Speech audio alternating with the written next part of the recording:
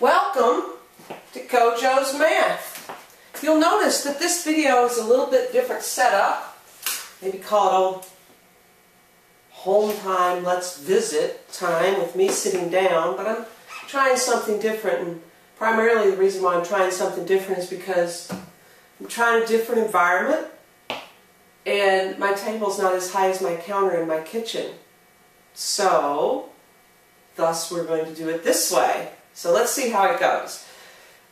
And I'd be anxious to hear what you think when I come in, when we have this discussion in class. I do want to hear your critiques of this video as well. So while you're watching this for information, also keep in mind what you like and what you don't like about this video.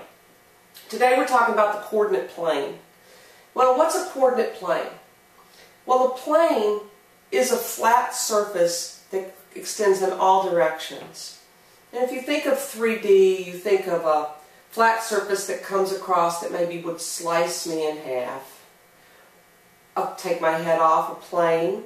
Or if you think of a plane that comes straight down. So we can have different angles of planes if you think 3D or dimensional. But this one's a flat one. And in math, remember, we have to have reasons for everything. So in this one, we have a flat plane that extends in all, a flat surface that extends in all directions, and I'm not talking about an aeroplane. And then on top of it we lay a grid work, and that grid work is called a coordinate plane. And that allows us to do things to the area or to the plane and manipulate it. And remember, we can't just put something down and plop it down on a piece of paper without having a reason to do that. So thus we have a coordinate plane. Well, we draw two lines that are perpendicular to each other that form 4 right angles. And in the process, we have two axes that we've created. An x-axis, which is always the horizontal line, and I didn't put arrows on the end. But arrows should be on the end because these are not line segments. These are two lines that go on infinitely long. Thus, the coordinate plane, flat surface, extends in all directions. So the x-axis is always the horizontal line, and the y-axis is always the vertical line. The markings that we show are what we determine how we want to set up our coordinates. These are going to be by ones, typically, but you can count by 10s, by 20s, by 100s, depending on what the numbers are you're graphing. You can also go to the smaller numbers of numbers that are less than 1. So we divide it into 4 sections, which are called quadrants. The upper right-hand corner of the coordinate plane is always called quadrant 1. Now you'll notice that I'm using Roman numerals, and it always goes counterclockwise. First, second, third, fourth quadrant. When I was growing up, they were always designated with Roman numerals. That's changed now. So if you went 1 quadrant, the number 1 for first quadrant, or quadrant 1, that would be fine. I was taught Roman numerals, so that's what I use. Either one is acceptable, but you do need to be able to recognize when I say quadrant 1 with a Roman numeral. You need to be able to recognize what that Roman numeral stands for just 1, 2, 3, and 4. Well, we have 4 quadrants, and in the center we have the point of intersection of the x and y axis. That is the point, well, we're going to kind of jump ahead, but it's the point 0, 0, or the origin, O-R-I-G-I-N, the origin. The origin is where the two axes meet. Now you'll notice you can think of these as number lines. The x-axis is a number line with the numbers lying to the left of 0 as being negative and the numbers to the right is positive. The y-axis you can think of as a number line or a thermometer where the two intersect is 0, the numbers above are positive and the numbers below are negative. So whenever we graph a point in this coordinate plane, we use a coordinate point or an ordered pair. An ordered pair is x comma y. The ordered pair xy, sorry about that.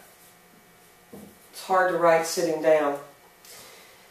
And that means that whatever x is, you come across and you go up for y. So if I tell you the point 2, 3, that means it's always going to be the x-coordinate is going to be the first number and the y-coordinate is going to be the second number. So we would always start at the origin, and the point is 2, 3, so we go over 2, 1, 2, and then we go up 3, 1, 2, 3. So we plot our point here, and we would probably name this A. You can always manipulate to make your life easier. That's point A, which is the coordinate point 2, 3. You'll notice that always, if any coordinate point lies in quadrant 1, the values of x and y are both going to be positive. So this is going to be positive, positive. X is positive, y is positive to lie in this coordinate, this quadrant. In the second quadrant, the x is negative and the y is positive. So whenever the values of the coordinates fit negative, positive, it will always be in quadrant 2. You don't even have to look at the coordinate plane, hopefully, eventually. Down in quadrant 3, notice we're going counterclockwise. It's going to be negative, negative. X is negative, y is negative to be in this quadrant. And in quadrant 4, x is positive, y is negative. So if I gave you the point negative 2, negative 3, you should automatically know that that's in quadrant 3. Because negative 3, it's going to be in that quadrant. So you need to start thinking about that. The next thing we're going to talk about, watch out Mr. Al, I don't want to knock you over. He's getting used to his new digs too over here. I just want you to tell me what a plane is. That's right, flat surface that extends in all directions. What's an ordered pair? It's the coordinates of a point that's located on a coordinate plane, and it is x, y. That's how you refer to the ordered pair, as the coordinates of x, y, where this is the x-coordinate and that's the y-coordinate. And how do we use coordinate planes? Well, we use coordinate planes to represent certain data. You probably don't even realize that you've used coordinate planes. For instance, bar graphs, line graphs. They take the coordinate plane and they take pieces of it out so that they can use coordinate planes to represent bar graphs, line graphs, or any kind of graphing. You see this section? You have an x-axis, you have a y-axis. Sometimes you have a z-axis, which we'll get into when we get into chapter 5, which is a background, a relationship, of showing a consistent relationship, which we'll talk about later in chapter 5. But coordinate planes are used to represent or to show different types of graphs. They're also used to show solutions to equations. Remember, I told you, if you have one variable, it's a conditional, I don't know if I told you this, but it's a conditional equation. If you only have one variable, if this said x plus 3 equals 10, instead of x plus 3 equals y, if it said x plus 3 equals 10, it would be called a conditional equation. A conditional equation means there's only one solution, because the variable is only to the first power. In other words, the equation depends on that solution. It can only be one solution. In this one, however, we can plug in all kinds of numbers to get x plus 3 equals y. And there's two different ways to do this. There's a couple of different tables. This is called a t-table. And you'll notice that I have x and y. And I have above it x plus 3 equals y. You always identify above a table what equation that you're showing the solutions for. Or you could just do a regular table. This is called a t-table. Then this is just a horizontal table. I notice I always put my x and y, I put my equation above it. Now what I've done is I've picked 5 values for x, and I've plugged them into this to find what y is. Because the x is working, that's the one we're going to put the numbers in for. So when x is negative 2, we do this mentally. You don't have to show the work for this. This is your work. When x is negative 2, y is 1. When x is negative 1, we get negative 1 plus 3, y is 2. When x is 0, we get 3, and so forth and so on. Notice there's a pattern. As x increases by 1, y increases by 1. So you start to see the pattern when you get down to here and you go 1, you know you should just add. You don't even have to plug in the numbers anymore. Down here it's the same thing except I did a horizontal. So you pick any numbers you want. You pick any numbers you want, but you want to use numbers that are easy to graph, right? You want to use numbers that are easy to graph. So this is the same thing. Now what we're going to do is we've got to plot these points onto the coordinate plane to show the solution to x plus 3 equals y. It's an infinite number of solutions because I can plug anything in for x and find out what y is. I can put in a negative 100, and a negative 100 plus 3 is negative 97. I can plug in a negative 1,000. A negative 1,000 plus 3 is a negative 997, and so on and so forth. But here, if I go over here, this is the coordinates. X is to negative 2 and y is 1.